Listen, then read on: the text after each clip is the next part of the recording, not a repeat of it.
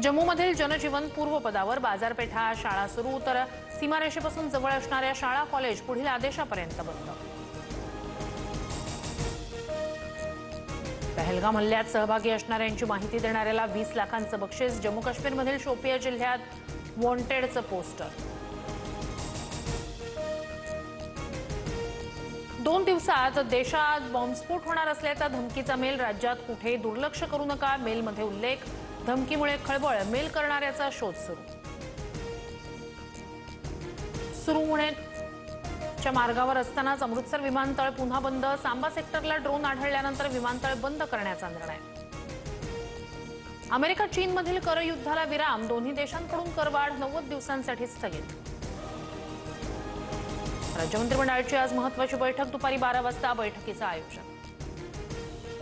स्थानिक नेतृत्वावर नाराजी व्यक्त करत तेजस्वी घोसाळकरांकडून ठाकरेंच्या शिवसेनेच्या पदाचा राजीनामा.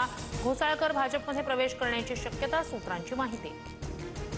कल्याण डोंबिवली टिटवाळा परिसरात 8 तास पाणी पुरवठा बंद. उद्या देखील कमी दाबानं पाणी पुरवठा होण्याची शक्यता.